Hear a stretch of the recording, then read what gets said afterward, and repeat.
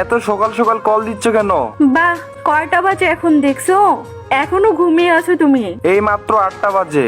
আবার টাইম বলে, প্রাইভেট নাই তোমার? না, জান আজকে প্রাইভেট বন্ধ তো সেজন্য শুয়ে আছি। ভালো। হ্যাঁ। আচ্ছা শোনো, ওকে বলো। একটু খালামণিদের বাসায় যাব। ঠিক আছে, আচ্ছা যাও, সন্ধ্যার আগে চলে এসো। না, আমি 2 দিন থাকবো। তাহলে যাওয়া লাগবে না। আমার মেজো খালা তো বোনেরাও আসবে।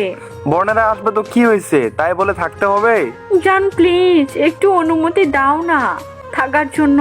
তোমাকে বলছি না বিয়ের আগে কোথাও যেতে দিতে পারবো না। তাহলে তুমি আমাকে বিয়ে করে নাও। আমার একা একা থাকতে ভালো লাগে না, তুমি আমাকে বিয়ে করে নিয়ে যাও এখান থেকে। এই তো শুরু করলে বাহানা তুমি এখন। ও মা, আমি কোথাও যেতে পারবো না, তাহলে স্কুল প্রাইভেট ছাড়া কোথাও যেতে পারবো না, কারোর সাথে কথাও বলতে পারবো না। তুমি তো বন্ধু বান্ধবের সাথে ঘুরে বেড়াও। তাই বলে কি তুমি ছেলেদের মতো ঘুরবে?